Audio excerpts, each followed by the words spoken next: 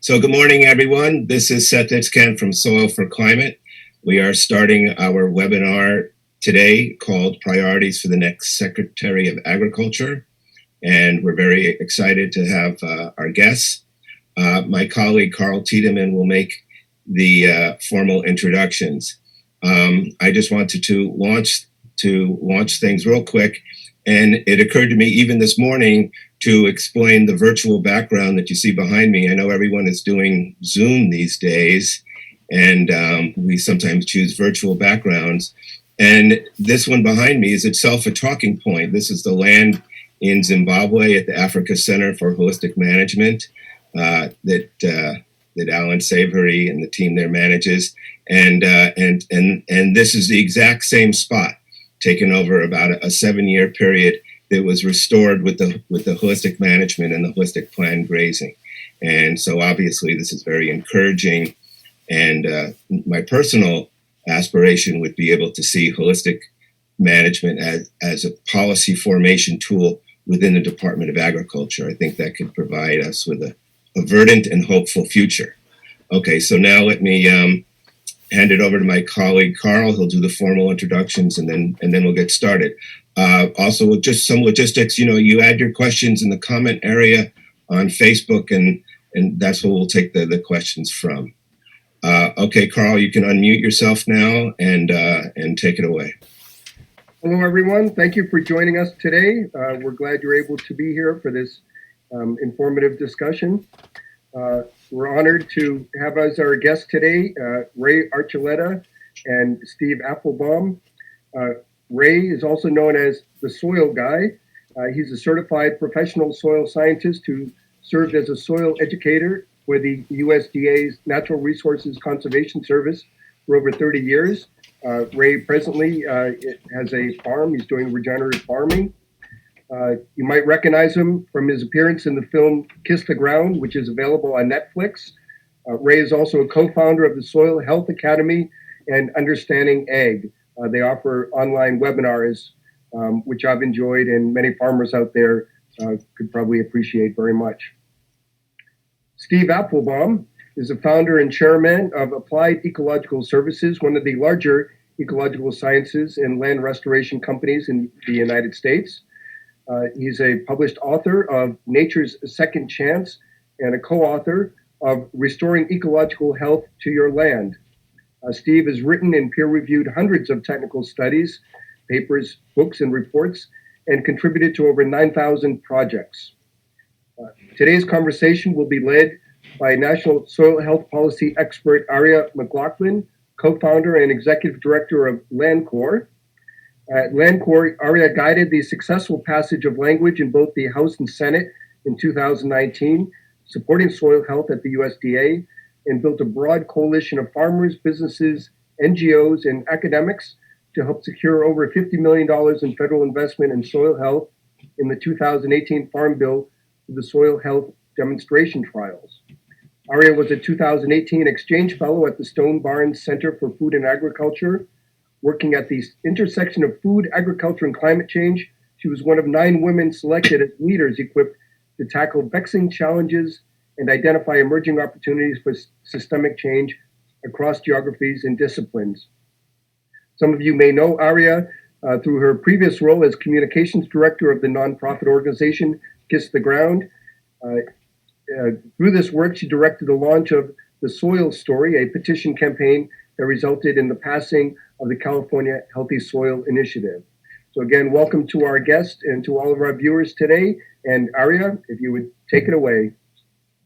Thank you so much, Carl, and thank you all for being here. I am struck by how often it's tempting to be a little cynical when we think of policy and politics. So I thank you all for spending your morning with us and leaning in and choosing to engage rather than succumbing to that cynicism.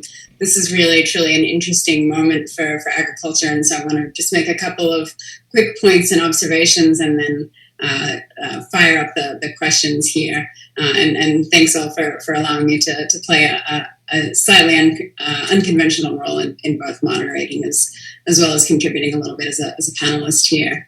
So this is a funny time where we have everyone from conservative farming groups who are now increasingly interested in the benefits of storing carbon in the soil, while on the other hand, we have Democrats who are finally paying attention and giving more than lip service to agriculture and rural issues. So it's really a robust time, and bipartisan support for all sorts of critical infrastructure like rural broadband, and even attention turning to antitrust issues and some of the things that will be beyond the scope of this conversation. And I think we're all acknowledging that there's just incredible need for economic support for producers, and particularly the need for risk mitigation in farming is just greater than ever, given the rising floods and lingering drought and fires in the West and so on. And of course, we now have a new administration and a new Congress. And I'd like to observe that whether you voted for those folks or not, we should acknowledge that, particularly regarding soil health legislation, there's a much greater appetite for championing those kinds of bills outside of the usual farm bill cycle, which here in the US takes place every 5 years. And thanks to the pandemic, the general public is keenly aware that our food system is far too fragile. Our individuals are much better educated, and consumers are increasingly passionate about supporting a just and transparent and resilient food system that nourishes our families. Some of you might be aware that Gabe Brown was a well-known farmer and rancher, was scheduled to join us and was unable to do so. And he was an interesting character to have in this discussion, because I think he might have sometimes represented the position of less government, and I think might have even taken the position that sometimes good policy is getting rid of bad policy. And I think for all of us, and particularly for my work with Land Corps, we're aware that there's just a need to engage in policy, because so much of agriculture currently has some form of government intervention in us. So there's a lot of different levers and opportunities to consider. Coming up, the new Secretary of Agriculture, Tom Vilsack, has been nominated to serve as the Secretary, of course, under the Biden-Harris administration. His confirmation hearing is scheduled for February the 2nd, so we assume that might be coming down the line. But regardless of the Secretary itself, I think we want to open this discussion up to be not only about what the Secretary and the U.S. Department of Agriculture can accomplish, but also the opportunities through legislation and executive action. So let's think of it a little broadly. And then I lastly just wanted to acknowledge that given the nature of this panel and our expertise and background, that this conversation will focus a little bit more on soil health rather than some of the other issues that are under the purview of USDA. But if folks in the audience have broader questions, we'll certainly do our best to answer those, or to point you towards organizations who are more squarely focused on that issues. So Ray, perhaps I'll turn it over to you to kick it off and see what burning priorities, or maybe the top one or two, that you're hoping to see with this new secretary in this new moment.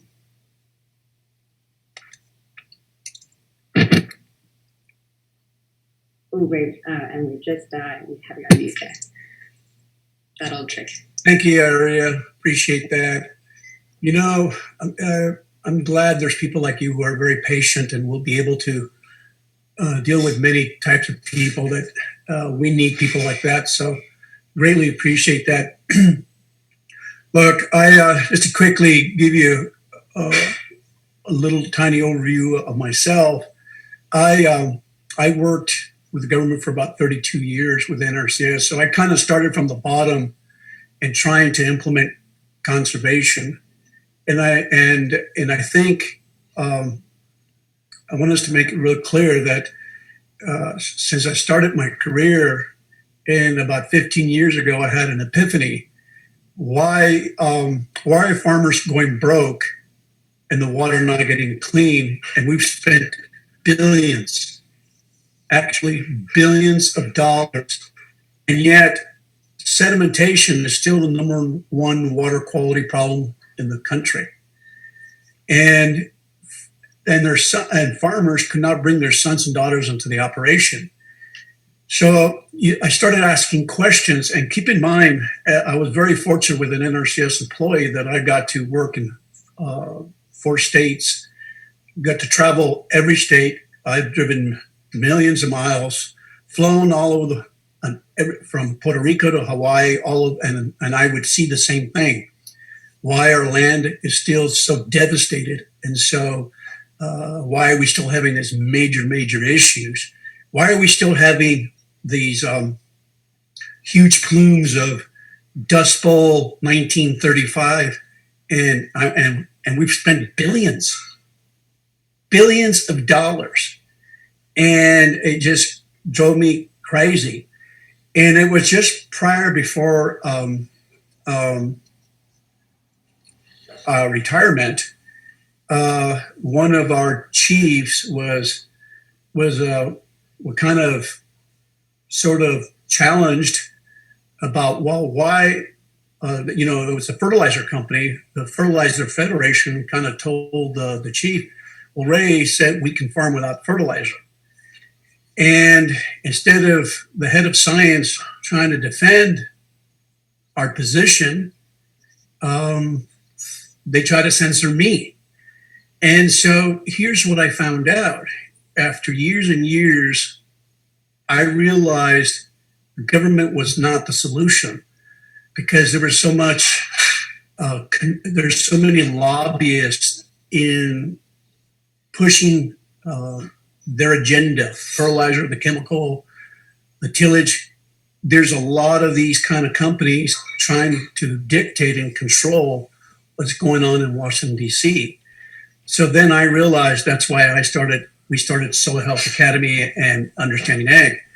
But the reason I want to put that framework first before I go top of my 3 priorities is I think we need to understand that we're dealing with a huge industrial model that's been around for a long time.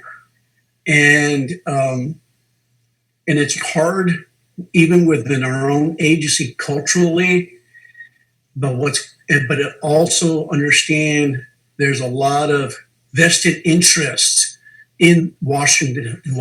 I call it a lot of incestual corruption going on, because what's going on is that even if the resource, we know to do the right thing for the resource, there's no political will to get it done. So that was very, very frustrating. That's why I left. And it was time for me to leave, but I was getting very frustrated.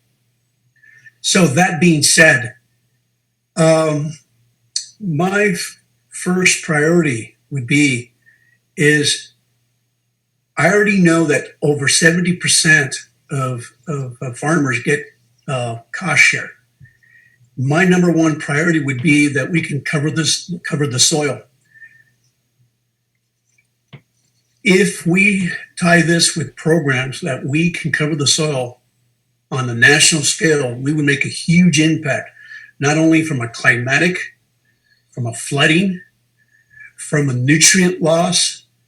Right now, if you drive across this country, right in this early spring, a majority of the land is bare, and it is very, very frustrating, because not only from a cooling, from a healing, from a feeding, of the soil, it is absolutely devastating to leave the soil bare at any time. It's probably one of the most destructive ecological, economic thing that we can do on the land. It is very, very hard for us to get farmers to cover the soil, and that is devastating. Number 2 is the fixing of crop insurance and CRP. Those 2 programs are absolutely devastating rural America. First, the crop insurance. Crop insurance allows us to farm on marginal areas and still, like, for example, a farmer in eastern Colorado probably should not be growing corn. It is ecologically out of context, but yet crop insurance allows that, because even if they have a crop failure, we can still he still gets paid.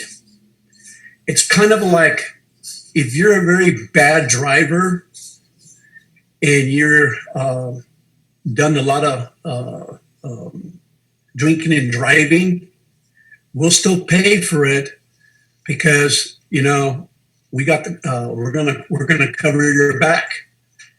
And crop insurance is a devastating program. The way it's currently now, farmers take advantage of it. And am I a big support that we should have a little bit of what do you call a safety net to help producers? Probably, but not the way the current system is, because it's being abused and it's opening huge tracts of marginal land that should not be put into cropland at all. And it also increases higher rental rates and absentee landowners. Mm-hmm. And then CRP does the same. So in other words, CRP and crop insurance is actually making more poverty in rural America. Yeah, and then for folks playing at home, that's the conservation reserve. Yes. Within the NRCS, the Natural Resources Conservation Service, where and CRP it helps to some degree environmentally, but it's not as helpful as people thought. Because a lot of times people don't understand that natural grazing systems, CRP, natural grass systems, need grazing animals. If you cannot graze that animals, you cannot get proper grazing nutrient cycling to feed the microbes. You need animals. And the way the CRP land is done, you rarely can put any animals on it. So, but it helps to a degree ecologically, but not to the maximum potential. But both these systems facilitate the wealth of other, and it sends the wealth to other areas like New York or people that own the land, but it does not help the people that live close by and make their living on the land. It does not help the local community. So those two programs are very, very devastating the way they're currently set up.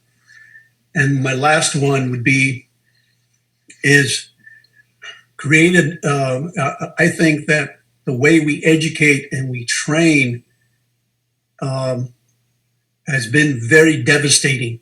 For me personally, if it wasn't for Ellen Savory's book that I read in 2000, it would have not changed the way I thought.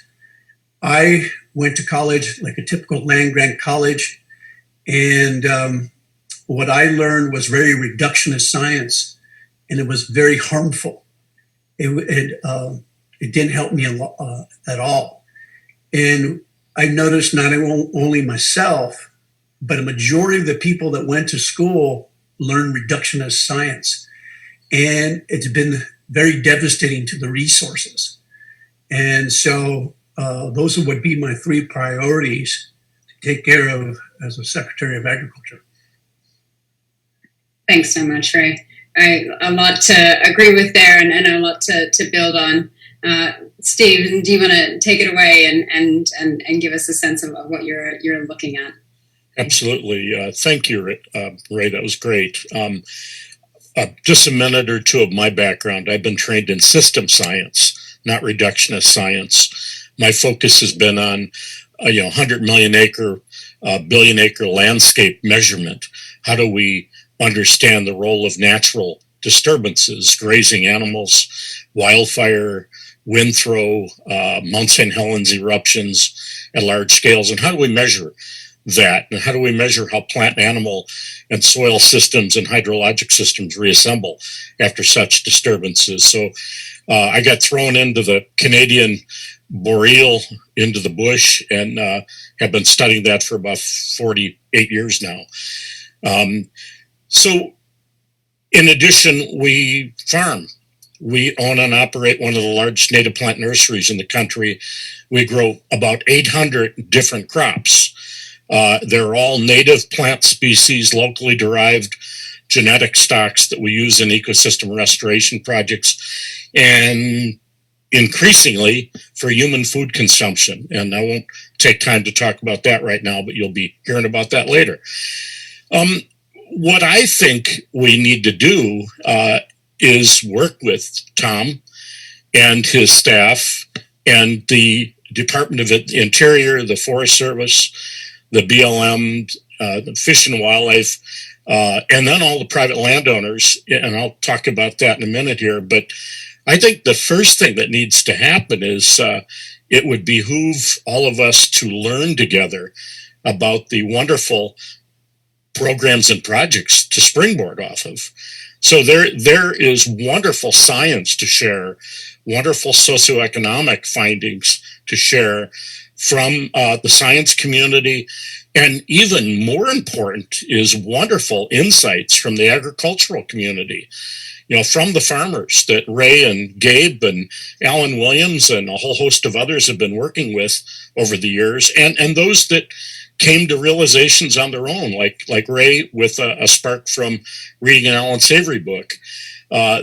We have a wealth of value in the experience and the insights and the on-the-ground practices. So the first thing I would do is suggest to the Vilsack team is let's share the science, let's share the socioeconomic findings, and I'll give you pre-release. We're in the publication development stage right now, but let me just give you one example. Arizona State University, Peter Bick and others, 10 research institutions have been studying what Ray referred to as holistic management, what we've been referring to at Dr. Richard Teague from Texas A&M as adaptive multi-paddock management of livestock. And we've just finished our first regional study in the southeastern U.S. where AMP grazed ranches or pastures on one side of a fence were paired with continuously grazed pastures on the other side, on another side of the fence. And the results are so significantly different that when the two neighbors are brought together and the data are shared with the neighbors, and this will be part of a soon-to-be-released Peter Bick film of neighbors discussing the differences between their side of the fence, there's profound epiphanies that the neighbors have, and they begin working together, or they can if they choose.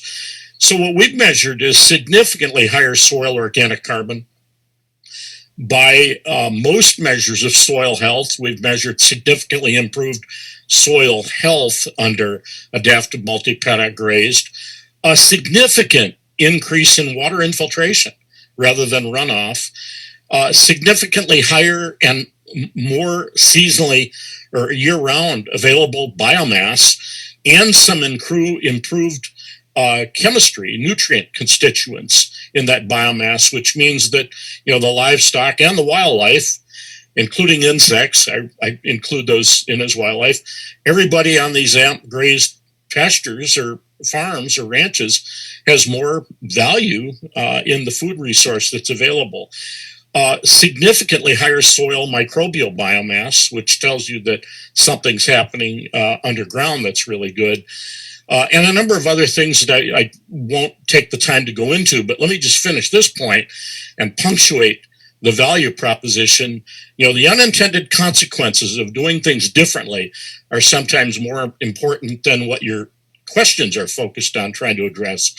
What we've learned is that continentally rare obligate grassland birds are selectively, significantly benefiting from AMP grazed ranches compared to right across the fence. So much so that the fence becomes a territorial dividing line with some of these rare birds pointing their ass end in the direction. They sit on the fence, they point their ass end in the direction of the conventional grazed, and all they are doing is surveying that beautiful AMP grassland on the other side of the fence. So if that isn't nature trying to tell us a story, then we are seriously deaf and dumb. That's clear, very clear. The other, my second point, so my first point was share the science, the socioeconomics, and bring the farmers and the scientists and the landowners of public and private lands together to learn and build a program off of and springboard off of the strengths and values created that can be documented. Everything needs to be real and defensible because we've got an awful lot riding on the right decisions being made in the near term and long term. The second is a bigger idea.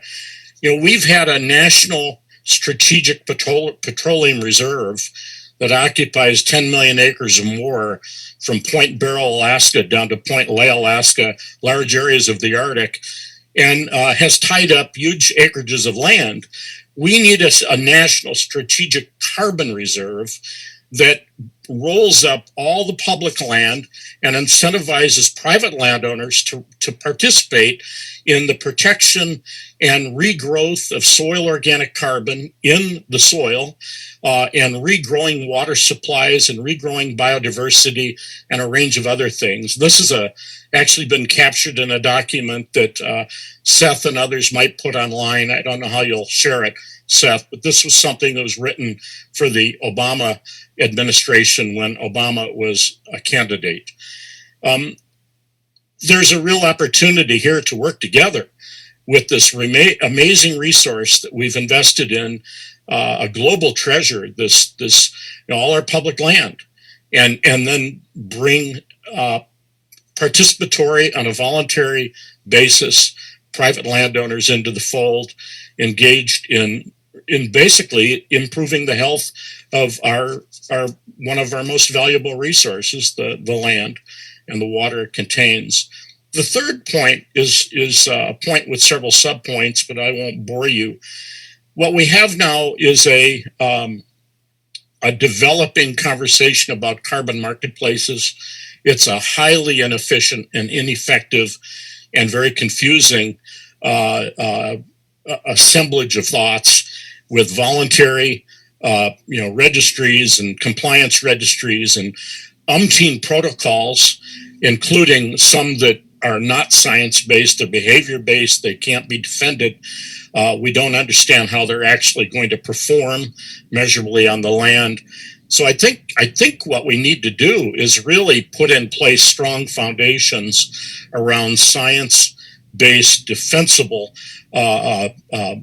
programs of how land management and land restoration in the farming community, the ranching community, and over the natural landscapes on this planet can contribute to one coherent carbon marketplace that really brings it all together. So it's very, very streamlined. So my mother can read something and in 5 minutes she'll say, yes, I'd like to do this with our farm, instead of bringing in years of confusion and delays.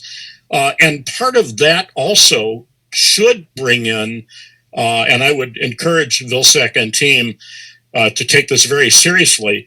Soil carbon is not the only new revenue stream that could be generated if there was a coherent marketplace for ecosystem services.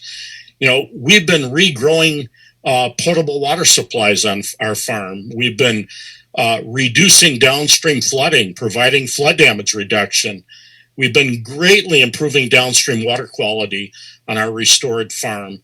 And farmers should potentially reap the benefits of those value propositions that they create.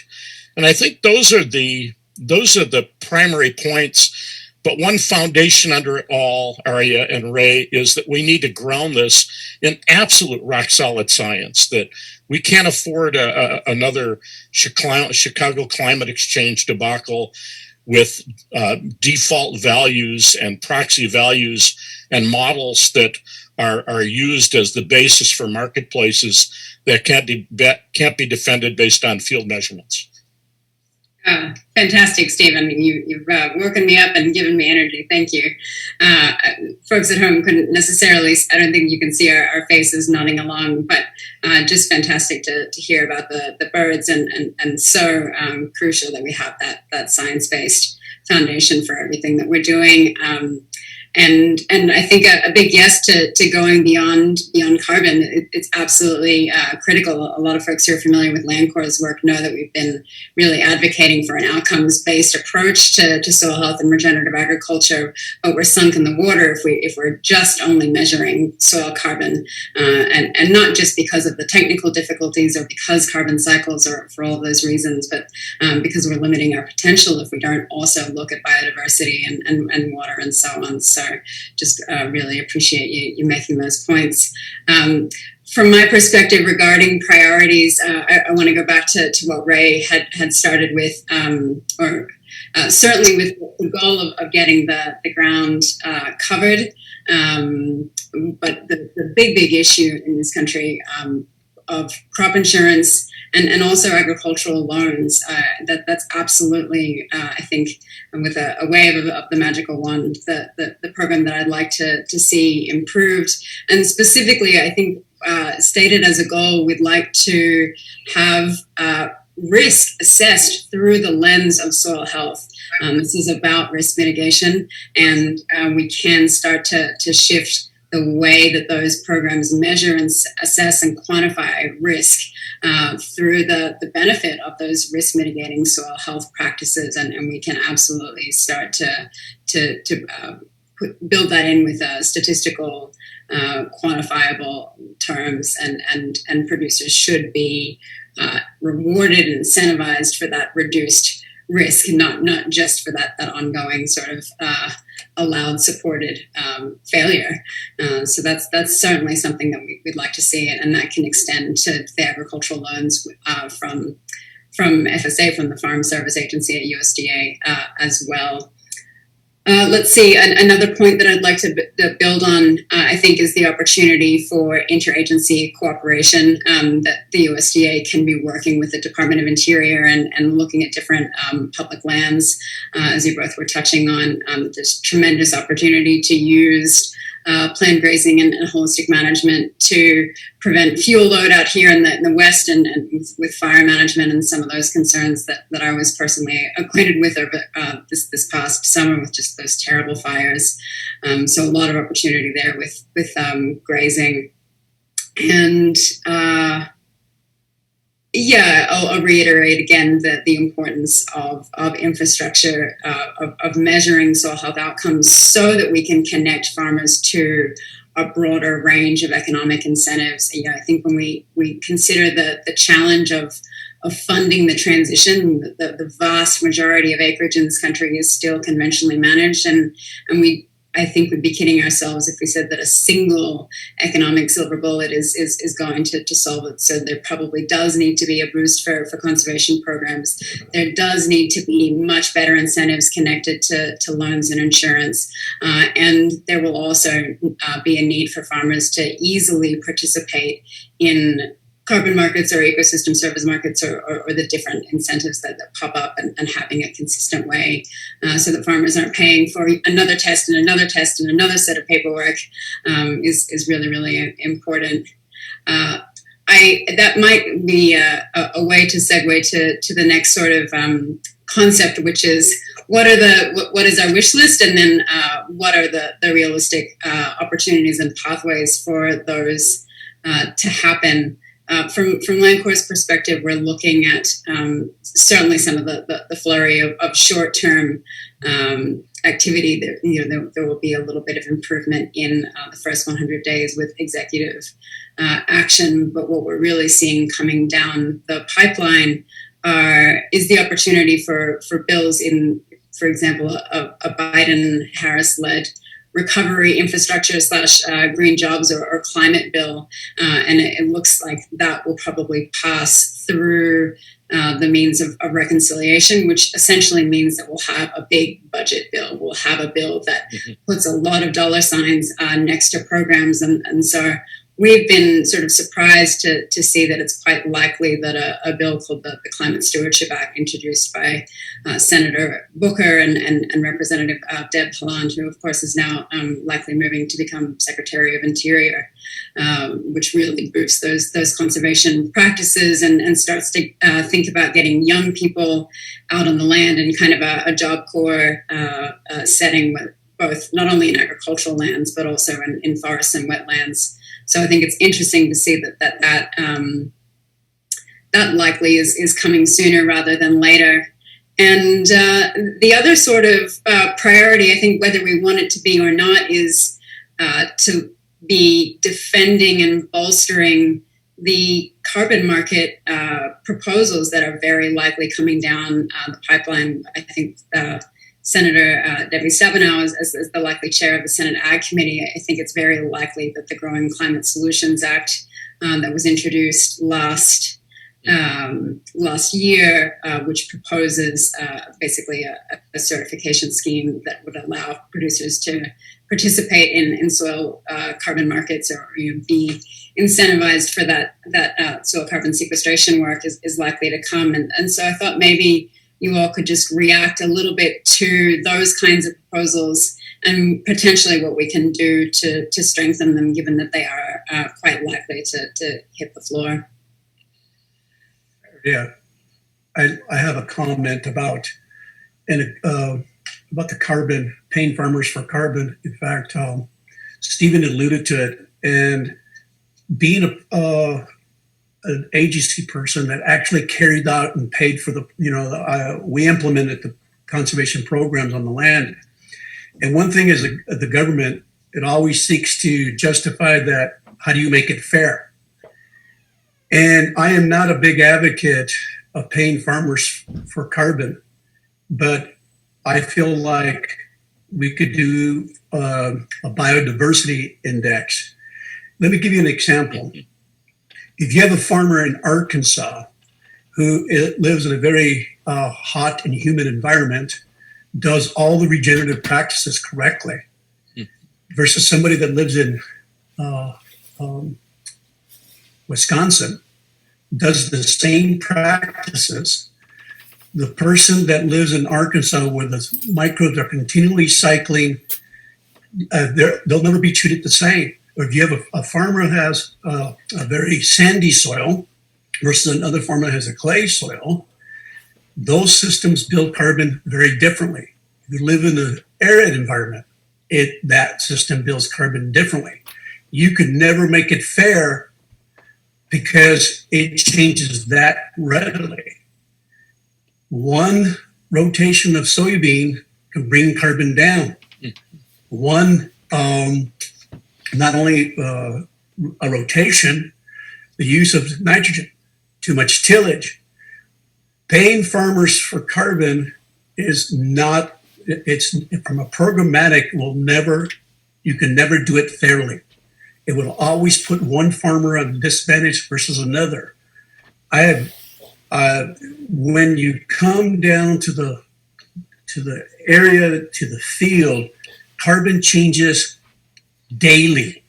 It's like we're paying farmers for your glucose. It's going to shift like this. That is me personally, a thing that I would not pay for, but a biodiversity index, I could see that. Let me give you an example. If we're in a large scale to be able to pay producers to do something like this, it has to be, like Stephen said, very, very simple. Imagine if you plant a 5 or 6, 7 species mix, you get paid this much. If you do 3 species mix, you get paid this much. What I love about a biodiversity index you pay producers for, one, it helps the insects. It facilitates the cover. It makes more sense, and it's easier to how would you call it? If you can use satellites imagery and fly over and says, oh yes, the land's covered. You give me your seed tag, and you get paid. Easy to verify. One of the big things when people do not think about, if you're talking about a country as big as our United States, you have to be able to have the employees and the ability to carry out the program. But one of the biggest challenges is fairness. And if you set it up on carbon, that is not going to be a fair way to treat everybody equitably. The Biodiversity Index, that is a lot more doable and it's easy to verify. A lot of times people, the way the agency that I'm part of NRCS, one of the biggest things is it had to be verifiable. It had to be easy.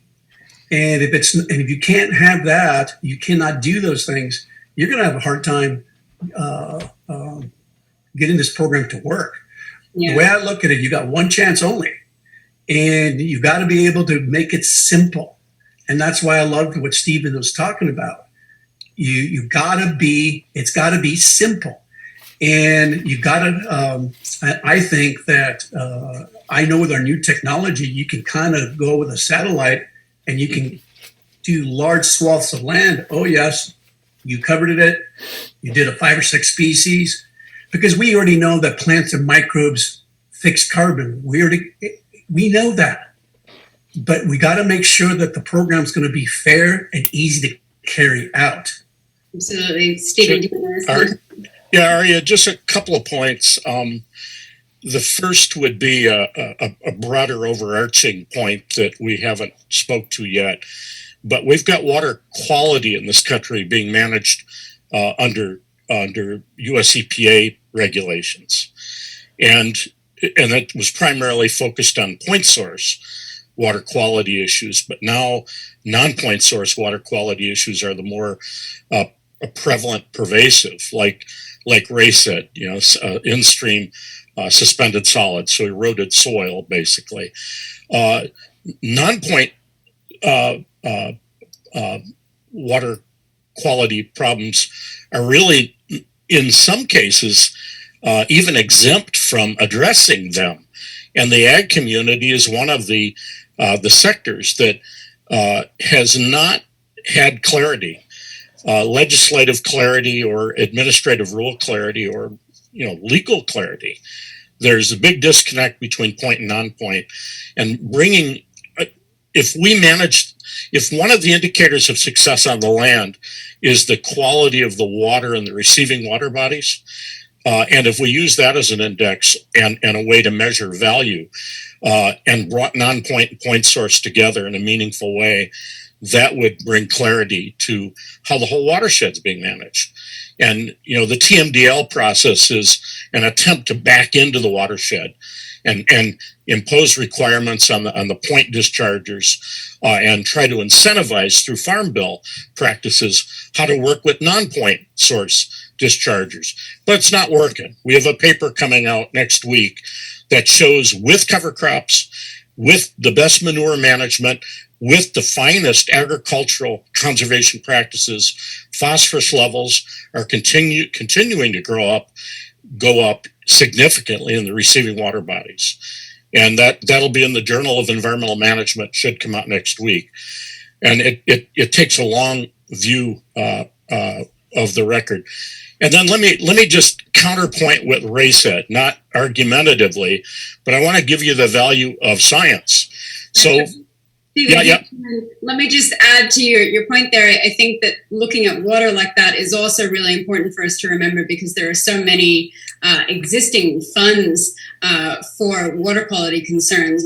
As we're looking at cities and states, as well as nationally, just spending huge amounts on disaster mitigation, on flood recovery, on water quality control, but as just public health and safety issues. And so there's a real opportunity for folks, I think, to look at these agricultural practices as much more of a public benefit than just for those who are farming.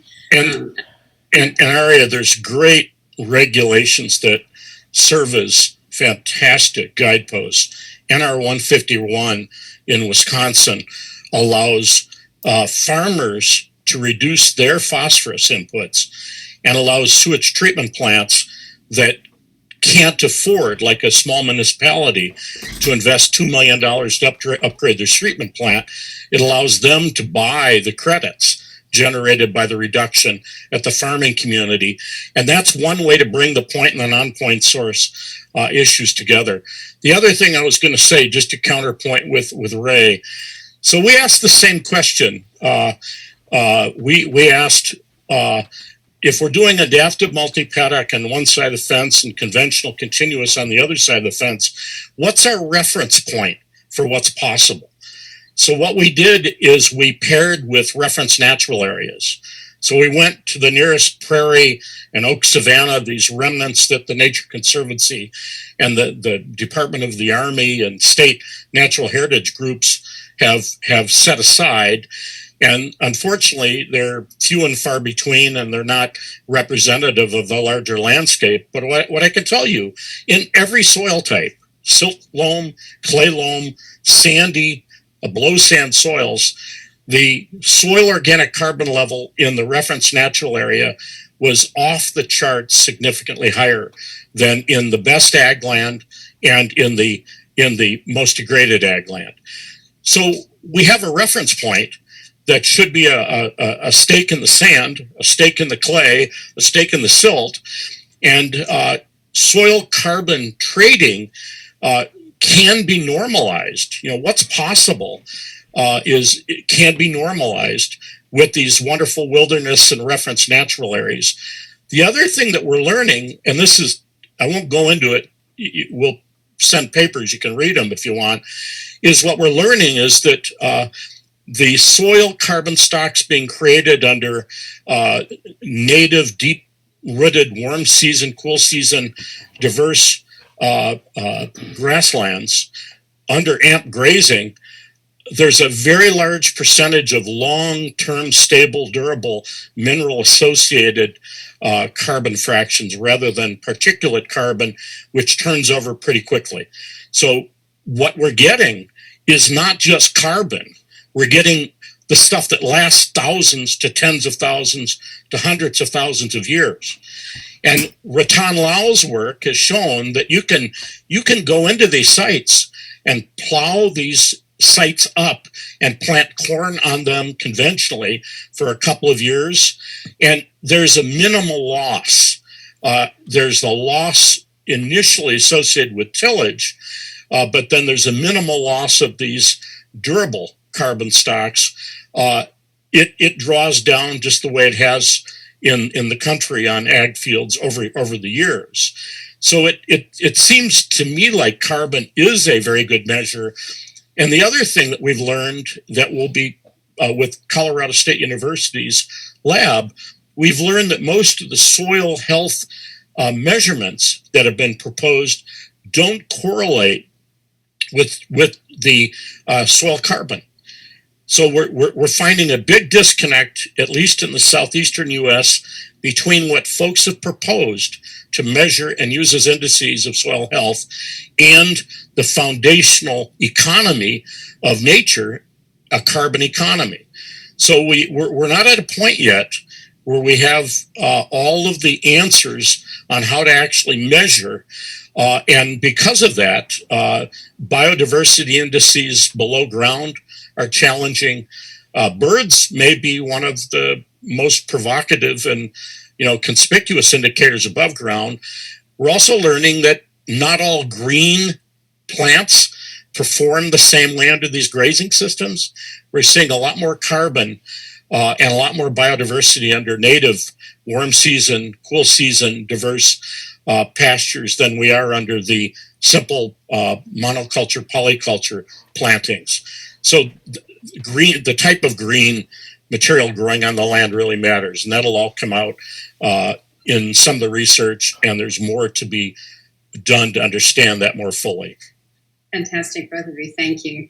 That reminds me of one of our favorite kind of pet points, which is that there's the conundrum of allowing science and research to continue and to flourish, to also be supporting innovation and technology as we improve our ability to monitor remotely using satellites and so on. So really encouraging both that science and that technology to advance, while from a policymaking perspective, is there a floor, is there a baseline that's good enough, a set of indicators that we can use so that we don't trip over ourselves and don't stall some really important progress. So I think that it does kind of behoove us to to align on a set of outcomes that are good enough so that we can get going with some of this policy work. I just want to remind folks in the audience to do please submit any questions or ideas that you'd like to explore further. And I think the Biodiversity Index idea is something that's getting a lot of traction, Ray. So maybe we could spend just another little moment exploring how you'd like to see that implemented or funded, how that might come to life.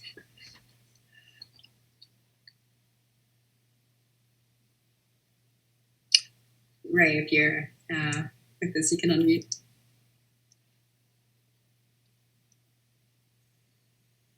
Aria, would you repeat the question, please? I had a hard time hearing it. Oh, of course. I was just saying that the Biodiversity Index had gotten a lot of traction on the Facebook page, and I was wondering if you could share a little bit more about how you'd like to see that come to life, how that might be funded, and implemented on the ground. Who might oversee that? Yeah. Well, just to go back with what talking to Stephen, and I've done a lot of ground verification in our cropping systems, and I'm not talking about our grazing systems, but we've seen just going back to this carbon issue is one having soybean in the rotation, just having soybean, a legume, we've seen carbon infiltration rates go down and cut in half.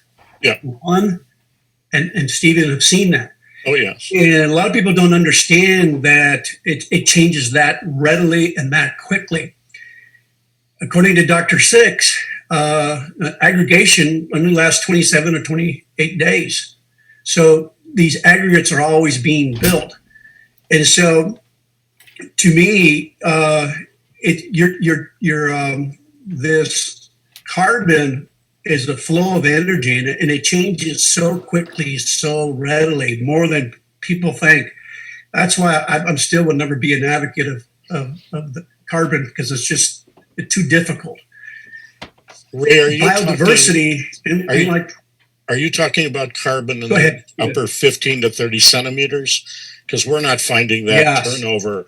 We're not finding that turnover that you're talking about. So you're talking about the particulate organic carbon in the upper 15 to 30 centimeters. What I'm referring to is down to a meter. We're seeing great stability below about 30 centimeters, and that's where the mineral associated carbon and the durable fractions accumulate. I apologize for interrupting. I just wanted to No. And here's my thought. Look, if we don't get the first 1 inch to infiltrate, the majority of the water runs off. Right. So we're losing more than 50%. I keep telling people we don't have a runoff problem. We have an infiltration problem. Exactly. So if you don't get that first foot right, most of the water runs off. So that's where we're having problems, building aggregation, and that's why we're still having these massive flooding events going on. So I'm with you, Stephen. I get it, but here's the thing: in natural systems, and I think Stephen would appreciate this, is that in nature, you only have 10% legumes growing in natural ecosystem. Would you agree, Stephen? 10 to 20%? 1 to about 8% in the highest quality native prairies, less than that in wetlands by far, and more than that in savanna systems. And there's a reason for that. But imagine we're planting millions and millions of acres of legumes, and that is devastating. Yeah. To aggregation and nutrient, nitrogen. We've got to keep in mind soils are going to balance themselves 11 to 1. In other words, they're going to be eating aggregates. If they see the nitrogenous material in there, they're going to balance that soil and they're going to eat the aggregates. So in other words, you're talking about millions and millions of acres that we're losing nitrogen. And we've seen it in alfalfa fields where they turn to solid rock. Yeah. So we're dealing with that. So again, let's go back to that Biodiversity Index. And I think you said it, Steve. It's simple, simple, simple. I got to make it simple. And I got to be able to make sure that a fifth grader can go out there and verify it. Because if it's not simple and we can't carry it out on a large scale, I just don't see how it'll happen. Yeah. And make it fair. I just don't see it. I use my mom as a model, but a fifth grader is really a good model too. Yeah, I just really believe, Steve, that's right. So what are the type of things, biota, beside the plants that would be planted that you would include in an index?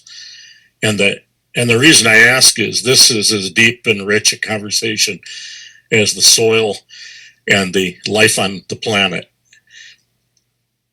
One of the things that I find out, these grass systems, cereal rye, yeah, all these fibrous root systems are phenomenal. They're the ones that help build that aggregation very quickly. We're doing these 7 to 12 way mixes that are absolutely just transforming the soil in less than 2 or 3 years. The triticales, the cereal rye. Yep. What we've seen in those, the transformation of those soils happening just 2 to 3 years of using those and growing the biomass where people are planting into 6 or 7 foot cereal rye. Stephen, it is mind-boggling, the transformation that's going on. I agree. So what you're talking about is the prescription for planting vegetation on the land, and biodiversity index would be developed around that prescription. Yes. You're not talking about an index that measures the response of the ecosystem. No. Okay. Yeah. And that is in contrast, I think, to some of the other initiatives out there that are looking at biodiversity as an outcome, but you're really talking about what goes into the system in the first place. Yeah. I'd love to ask you both. I think one of the kinds of incentives that folks are responding to, kind of regardless of where on the aisle they are, is tax incentives, is tax breaks. And I'd love to get your sense of, assuming that we can incentivize the right things and measure the right things, does some kind of transferable tax credit, and this is an idea that hasn't been introduced as legislation yet, but was introduced as a discussion draft by Senator Bennett from Colorado's office, and I think just sort of more broadly is certainly circulating as one of the proposals that could be introduced. Certainly outside of the Farm Bill, it's falls to the tax or Ways and Means Committee. So I'd love to get your thoughts on whether or not farmers and ranchers would respond to that and what might make it stronger. Well, they certainly respond to cost incentives for, seed costs and fencing and a range of other things. So, Ray, that from my perspective as being part of the farm community, that would be a cost incentive or a cost sharing strategy would be right in line with the normal Farm Bill strategies. And it's all based on prescriptive. You do this, and we'll cost share 75% of the cost. Mm-hmm. One of the things that is getting the cover crop to maturity enough to be able to get the benefits of it.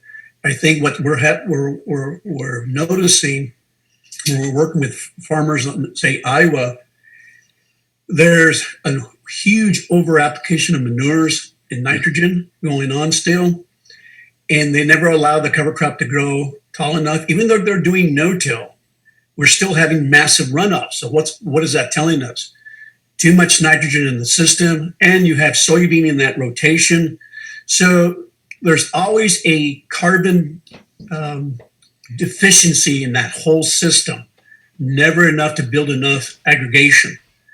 And so we got to get to be able to get the producers to let the covers grow a lot taller. So that's going to be an educational training thing. And we still see that as a major problem. Just way over application of nitrogen in the system is a problem. It's two-pronged in my experience, Ray. Under saturated anaerobic conditions, highly nitrogen fertilized soil blows off N2O, directly translates to a greenhouse gas emission. Yep. But then also growing legumes in mass like we do, it generates initially an organically bound nitrogen fraction that then is microbially decomposed. And under anaerobic conditions, cool conditions, that blows off as nitrous oxide. So we've got huge plumes of nitrous oxide coming off of these legume fields. Yep. And the simple version of what Ray said is when you add nitrogen to a carbon-rich system, it drives microbial decomposition of the carbon in the system. That's how compost piles work. So by adding nitrogen, by growing legumes, or by supplemental fertilization of labile inorganic nitrogen, we're driving decomposition of organic carbon in these systems. And a large percentage of that is soluble and comes out in the tiles and comes out into the groundwater, contaminating groundwater supplies. And a large percentage of it is volatilized and blows off into the atmosphere as N2O.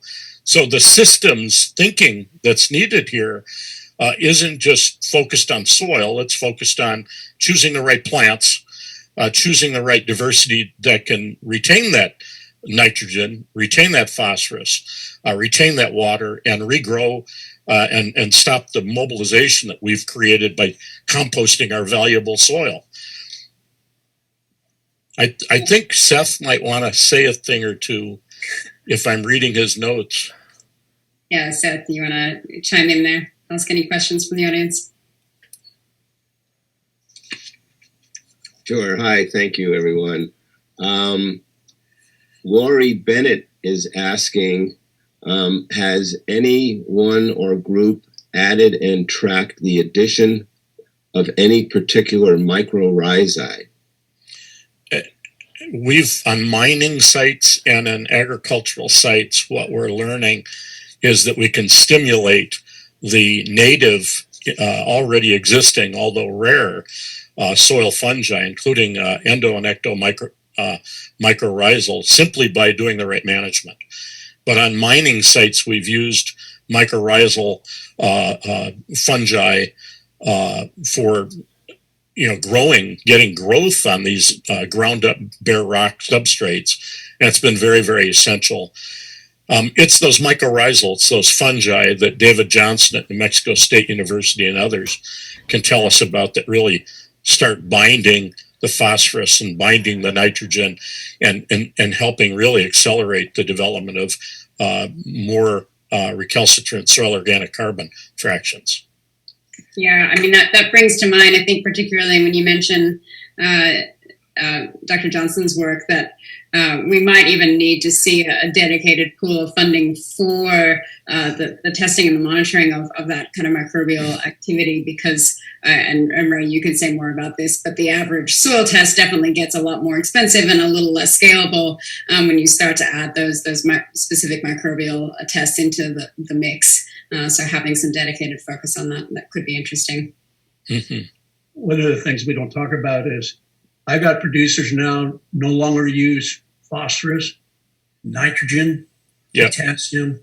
I have farmers that use none of those. And how do we accomplish that? Well, organic no-till like Rick Clark, 7,000 acres. I have many producers. We use the foundational soil test. We use Dr. Rick Haney's test, and we use that as a foundation test, and we were able to back off producers and give them the confidence to back off on nitrogen. And what I loved about Rick's test was based on the principles of green chemistry and biomimicry. Mm-hmm. We knew we had the soil tests were wrong for a long time.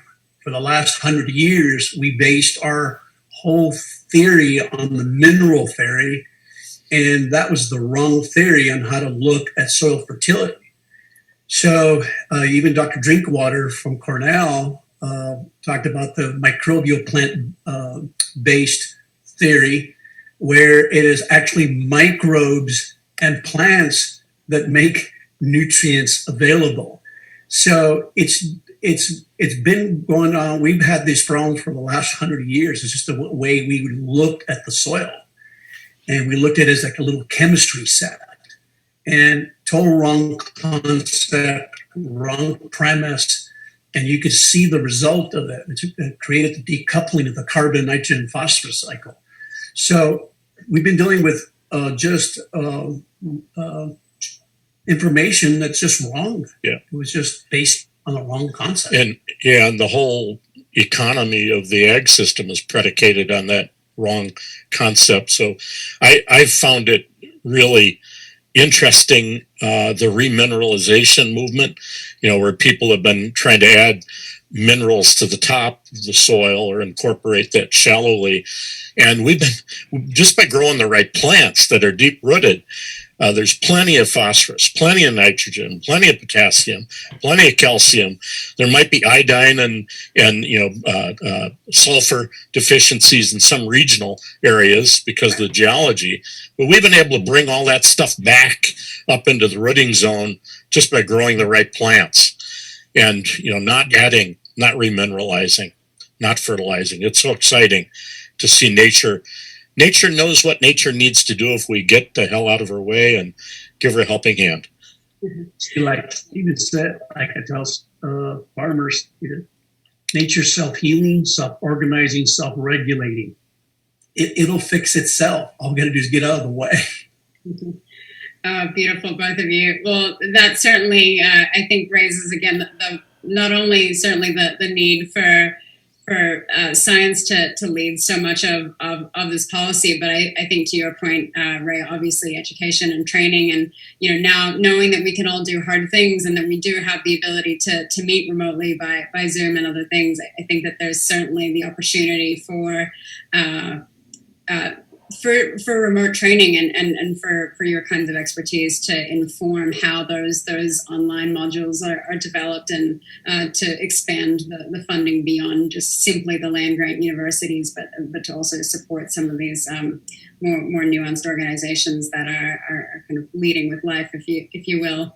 I'm conscious of the fact that we're getting close to the end of our discussions, so perhaps I can turn it back over to Seth or to Carl to give us any closing words or questions. Hi, if you don't mind, maybe we could go just a few more minutes because we do have another question that I'd like to send out, and then I'll make some closing comments. Stephen, this one is for you from Russ Concert. He says he'd like your comments on the Stabenow-Braun Climate and Soil Bill. I've read previous iterations of Deborah and now Braun's bill, and I've been briefed on the latest rendition of it, but I haven't actually had time to sit down and read the latest version of it. We've been interacting with Deborah since she and others introduced the climate and energy bill in the Obama's first term, and several of us wrote amendments for that bill, and then the House version of the bill as well. It was what I read previously. Russ Conzer was grounded in reasonable, applicable, science and scalable thinking, but I honestly don't know what the current language looks like. I need to read it. Yeah, Stephen, I think that on the surface, it's kind of a shell of a bill. A lot is to be created or to be determined by the Secretary of Ag, and that is, of course, is both the opportunity and also the opportunity for pretty significant loopholes. And so I think what we would like to see is to make sure that any kind of board that is determining those science-based measurements or outcomes is not corporate stacked, but is very much science led, and also has a view towards how smaller farmers and historically underserved farmers can participate and benefit from that program. And I think that's where the work of that bill needs to be strengthened, but also some of the other proposals that are coming down the line, like a tax incentive. Those issues kind of appear again and again across a myriad of different economic incentives, especially in legislation. Yeah, the last version I read was directing US EPA to take on part of the climate chemistry, climate pollution part of the package, and then the USDA, the agricultural part of the package. And I viewed it as, unfortunately, somewhat fragmenting the systems thinking that's needed. And that's what I would primarily look for in the new bill. The shell structure. I'm always worried about that. I'm always concerned that there's nothing, there's no there. It's a hollow shell. But that therein is the opportunity that we all have to bring forth discussions like what we're having right now.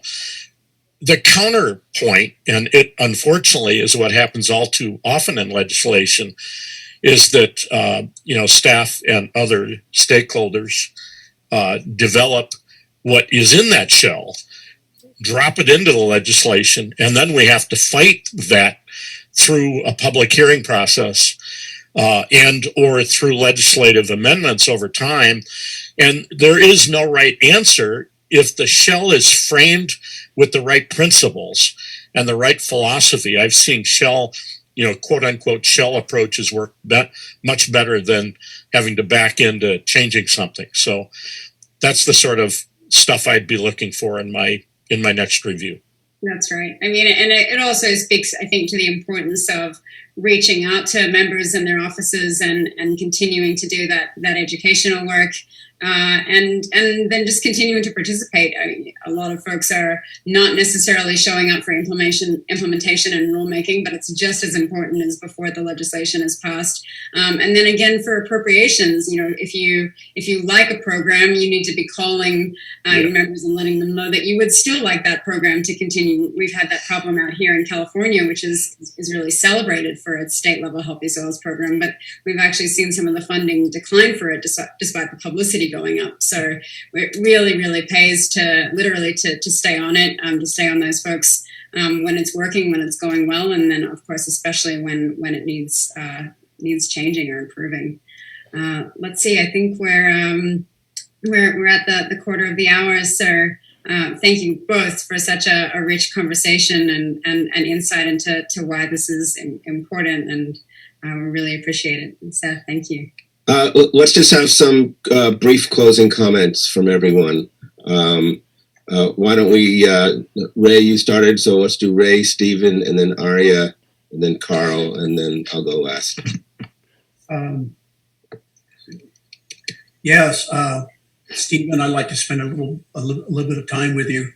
I think we can share some information, especially for myself in the field, and I really appreciate your work. So I think that we're getting more, I think with this new type of regenerative agriculture, I think the ability to sequester more carbon is higher than we imagine.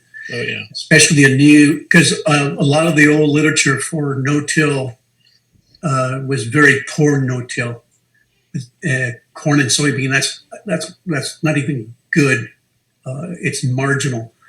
But I'm just really tickled about your work, Stephen, and I'll visit with you some more in the future about it. But my last comment is that one of the things I really think about is, and I really think if we make it simple and maybe we can just have one outcome, and maybe I'm just a simple guy, because I've worked so many years and I realized the more complex things got, rarely did it ever get implemented on the land. Yeah. It just doesn't get done. So if we can just do one thing, I was told if I had a magic wand, is you only have one thing you can be promised that you can do on the land. It was to be covered.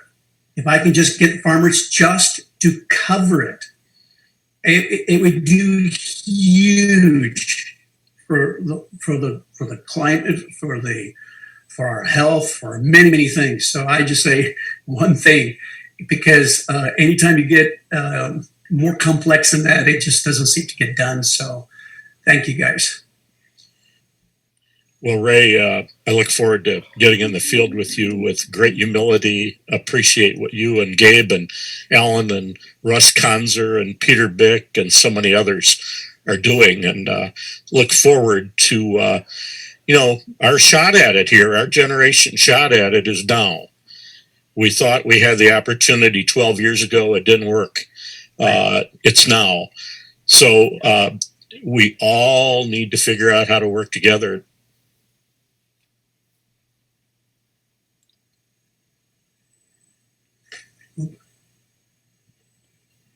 You might have had Stephen pause there. Cut out. I'll say a word at this point since we've lost Steve. I just again want to thank everyone. Shameless plug for the Soil4Climate hats. If you don't have yours yet, you can find it at the soil4climate.org website. And with regard to the Biodiversity Index, I just love one of Russ Conser's quotes, which is that birds vote with their wings. So even a simple indicator such as looking at how many different types of birds that you have on your farm can be a great clue as to just how healthy the ecosystem function is. And with that, I'll pass off the talking stick to my colleague, Soil4Climate co-founder, Seth Itzkan. Thank you, Carl. Let me pass it to Arya, and then I'll have the last words. Go for it, Arya. Thank you, Seth. Yeah, I think I would just reiterate that in soil health, we have a nonpartisan issue that can benefit all Americans and bring folks together. We can transcend old divides like urban versus rural or organic farming versus conventional farming and really get some work done and have something that works for everybody. So I just appreciate folks digging into this conversation. Sounds great. Thank you, Arya. Thank you, Arya. Thank you, Ray. Unfortunately, Stephen just fell out just at the last minute. So, Stephen, if you can hear us, sorry you're not here right now, but thank you so much for your contributions. And so, just as some final thoughts. So, this is obviously an important topic, but it's exciting because it's an opportunity to think differently about land and management and finance. And ecology and production. It's all becomes one thing. So it's a holistic thing. And so the idea of doing holistic planning, at the federal level, but then even at the regional level. So in the conservation districts, imagine if each conservation district had its own sort of holistic goal or holistic context. And then the same thing for the state. And then at the states and then at the federal level. And you could even look up, well, what's the holistic goal for this conservation district or for this state? Like, to me, that's the profound transformation. That's sort of the paradigm fence, if you will, to even change how we're thinking about the problem itself. Now, some specifics, just as fun takeaways. I think everyone will agree that the takeaway from this one was the fence line bird asset index. Okay, that's the takeaway from this. Which ways the birds are pointing? Just beautiful. Another index that I want to throw out there is literally infrared photography from satellite, actually measuring the temperature of the land itself in a comparison to surrounding lands. The better land will be cooler during the day and warmer at night. It won't have these huge swings.